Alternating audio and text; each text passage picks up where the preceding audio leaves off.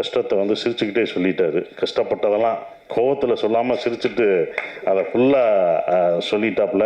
நாங்கள் வேறு பக்கத்தில் நடந்து போனோம்னு சொன்னேன். அந்த ஒரு சீனுக்கு தான் அப்படி நடந்து போனோம். நீ வராத சீன்லாம் நானும் ஐயாவும் போட்டு தண்ணி வர்றதெல்லாம் நீ பார்க்கலையே. அதுக்குள்ள இன்னும் நிறையா கஷ்டப்பட்டுருக்கோம்.